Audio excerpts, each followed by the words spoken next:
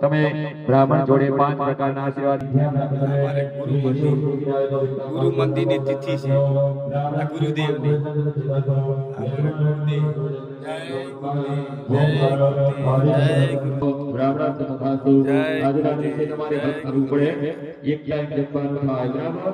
હવન પત્યા પછી જમો યા મોડા જમો તમારી અનુકૂળતા પ્રમાણે વ્રત જપો આજના દિવસે સતત દેવાય એવા મનાજાપ ચાલુ રાખવાના આજના દિવસે કઈ એવો જોઈએ જે કઈ તમને આજના દિવસે સારું થાય સારો થાય પ્રોગ્રામ જેવો શું ભાષા બોલવું નહીં કરવો નહીં